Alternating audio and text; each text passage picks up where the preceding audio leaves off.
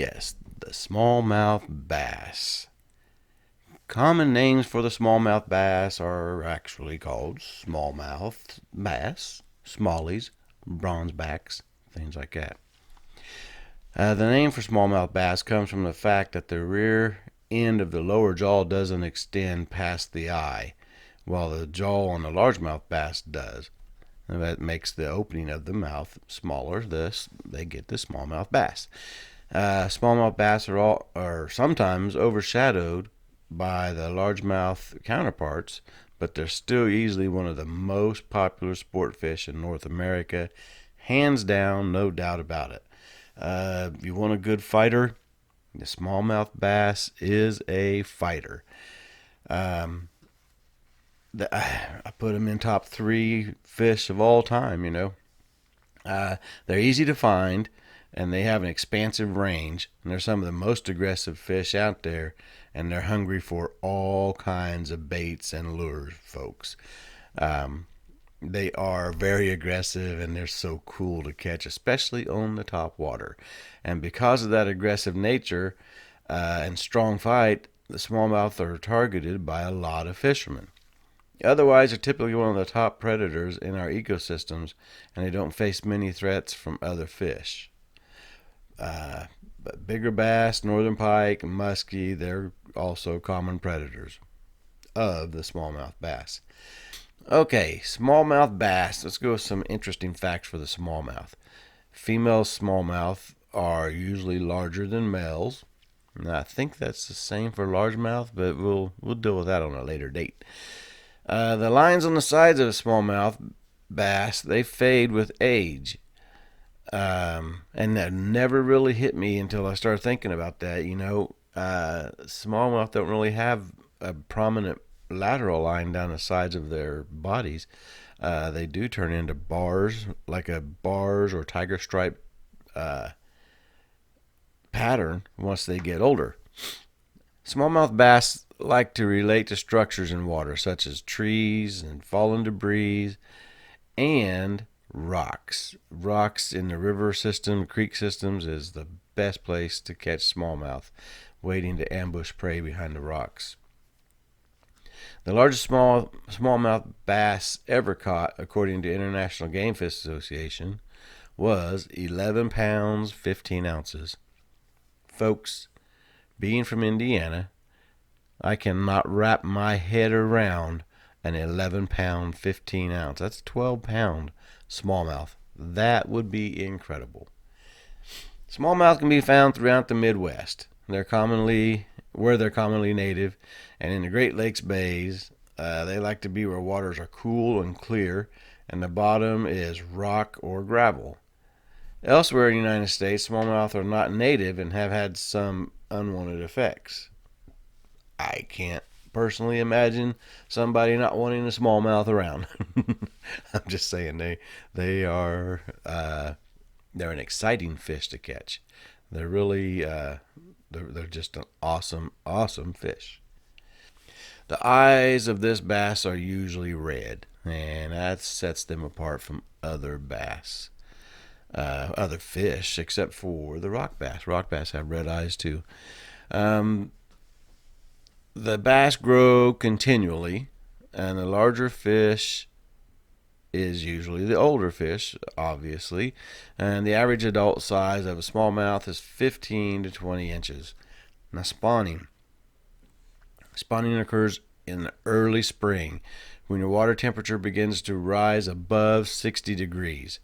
And during this time, the male will build a nest in the shallow water, and you will see them. It looks like a little cleared out circle under the water, and they do it above gravel or a rock bottom. And the female will come along and they'll drop her eggs. She'll drop her eggs, and the male will fertilize them. Between 5,000 and 14,000 eggs will be dropped from the mother. After her eggs are dropped, she returns to deeper water. After about a week, the eggs will hatch, and the male bass cares for them. Together, they will form a school called a brood swarm and stay in it for about a month. The majority of the newly hatched bass, also known as fry, die within this period. And the average lifespan of a bass, of a smallmouth bass, survives that first month is 10 to 12 years. Pretty cool, huh?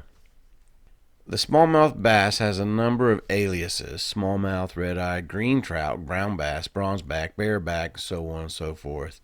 And the smallmouth will break the surface of the water and become airborne when hooked. That's one of the biggest things about catching smallmouth too. They have that tremendous fight, but they love to jump. They'll jump out of the water and they give you such great action. It's so fun, folks. I'm telling you. The lines of the smallmouth on the side, they turn. Sometimes they're like a green color, and other times they're brown. Like I said, that tiger stripe pattern. Smallmouth grow larger in lakes than they do in streams, which is something I never realized until you start thinking about. It's like an aquarium where, a small aquarium, your fish won't outgrow it. They grow according to their bodies of water. Well, most streams and creeks are a more shallow water, and they don't grow as big. Smallmouth bass prefer to live in clear, calm water with rocky bottoms and a place to hide. And they'll hide in deep water, between rocks and among water vegetation. They love that too, and they like being under the roots and limbs of sunken trees. They enjoy shady conditions with the water temperature between 66 and 72 degrees Fahrenheit. They live in streams, lakes, and reservoirs. What do they eat? The bass are opportunistic. They eat just about anything. They feed on any prey that's available in their environment. Most of their diet consists of crawfish. They also eat shad, minnows, perch, insects, things like that. Smallmouth bass usually find their food below the surface of the water and don't feed on things found on the surface. And when they do hit the surface, that's called the top water bite, folks, and that is one exciting way of fishing. Smallmouth feeding habits depend on a variety of different factors such as weather, season, and time of day. Early spring is the easiest time to hook up on bass because they're starting to move closer to the surface. Although springtime will give you the most luck out in the water, bass bite all year long. The most common lures used for them are the plastic worms, jigs, crankbaits, spinnerbaits, grubs, spoons, topwater baits such as the whopper plopper, the Rapala poppers, different topwater like that. And you just have great luck with smallmouth pretty much all year long. Another way to fish for smallmouth that people don't normally think of, they get into this little mindset of we have to go artificial lures, but no, live bait, folks. Live bait using night crawlers, minnows, small shad, or even the crayfish. One thing about the smallmouth bass is they don't give up. They never give up. And that's just they fight for the entire time that you have them on the line. They fight. Smallmouth are a finicky fish too, and that's what makes them so attractive to me. You can go to a river system or a creek, any body of water where you fish for smallmouth.